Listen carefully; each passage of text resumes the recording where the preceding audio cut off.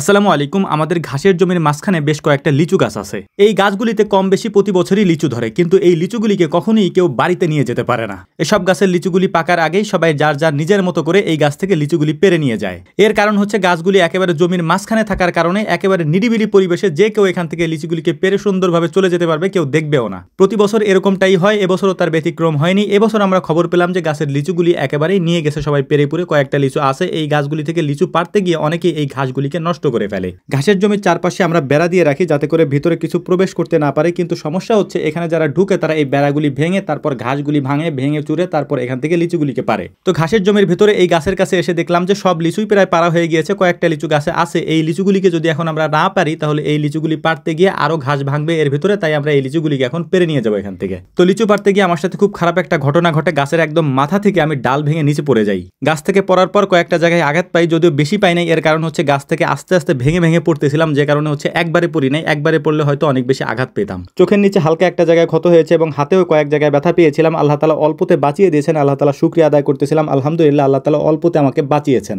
যেভাবে পড়েছিলাম তাতে এর থেকে খারাপ কিছু হলেও হতে পারতো। আল্লাহ তাআলা অশেষ শুকরিয়া আদায় করছে, আল্লাহ তাআলা অল্পতে এই জিনিসটা থেকে আমাকে রক্ষা করেছেন। তো যাই হোক, ডাল ভেঙে যেহেতু পড়েছি তো ওদেরকে বললাম যে তোরা লিচু পার, আমি নিচে থেকে এই লিচুগুলোকে এখন গুছিয়ে দিচ্ছিলাম। আর আমাদের এই লিচুগুলি এখান থেকে পেরে নিয়ে যেতে হবে, তার কারণ হচ্ছে যে এই লিচুগুলি যদি আমরা এখান থেকে না পারি তাহলে এখানে যে ঘাসগুলি আছে এই ঘাসগুলিকে নষ্ট করে ফেলবে, এটা নিশ্চিত। এই লিচুগুলি তেমন একটা ভালো না, এত পরিমাণে টক যেটা আপনি মুখে না দিলে বুঝতে পারবেন না। তো যাই হোক, মোটামুটি আমরা কয়েকজনে মিলে যেহেতু পারতেছিলাম তাই দ্রুতই এই কাজটা আমরা করার চেষ্টা করতেছিলাম, কারণ বাড়িতে গিয়ে আমাদের বাড়ির যে লিচু গাছগুলি আছে সেখান থেকেও আমরা লিচু পারবো। এবং ওই লিচুগুলি আলহামদুলিল্লাহ এত সুন্দর মিষ্টি, এটা আসলে কল্পনার বাইরে। তারপরও এখান থেকে যেগুলি আমরা পেরেছি এগুলিকে সুন্দর করে আমরা গুছিয়ে নিচ্ছিলাম, অর্থাৎ এগুলির ডালপালা ভেঙে সুন্দর করে গুছিয়ে নিচ্ছিলাম। যেহেতু আমরা এগুলিকে বিক্রি করবো না, তাই সুন্দর করে গুছিয়ে নিয়ে বাড়ির দিকে নিয়ে যাওয়ার জন্য আমরা প্রস্তুত করতেছিলাম। আর এগুলিকে বাজারে নিয়ে গেলেও তেমন একটা কেউ খাবে না, এর কারণ হচ্ছে এগুলি এত পরিমাণে টক যেটা আসলে বলার মতো না। কিন্তু তারপরে আমাদেরকে এটা পারতে হলো, এর কারণ হচ্ছে এই ঘাসের জমির ভিতরে এসে এই লিচুগুলি যখন পোলাপানে পারবে তখন এই ঘাসের জমি নষ্ট করবে। এই কারণেই মূলত আমরা এটা পেরে ফেললাম। আর আমাদের যে চারপাশ দিয়ে বেড়া দেওয়া আছে এই বেড়াগুলিকেও অনেক অংশে ভেঙে ফেলেছে। তো যাই হোক, মোটামুটি লিচুগুলি পারা আমাদের কমপ্লিট। একটা ঝাঁকার মধ্যে করে এগুলিকে আমরা নিয়ে যাচ্ছিলাম বাড়ির দিকে। তো যাওয়ার পথে আমাদের এই কাজগুলি আমরা 2 দিন আগে করেছি, যে কারণে আমাদের মাঠে কয়েকটা কিছু খড় নাড়া ছিল, এই খড়গুলিকে আমরা নেড়ে দিয়ে তারপর এখান থেকে যাবো ইনশাআল্লাহ। এই লিচুগুলি আমরা পেরেছিলাম 2 দিন আগে, যখন আমরা এই খড়গুলি এখানে নেড়ে দিয়েছিলাম সেদিন মূলত এই লিচুগুলি আমরা পেরেছি। কারণ হচ্ছে যে ওই দিন আমাদের এখানে কাজ ছিল, খড়ের নাড়ার কাজগুলি করেছি। এর পাশাপাশি ওরা বললো যে ভাই চলেন ওই গাছের লিচুগুলি পেরে নিয়ে আসি, নাইলে পোলাপান ওইগুলিকে পারতে গিয়ে একেবারে ঘাসের জমিটাকে নষ্ট করে ফেলবে।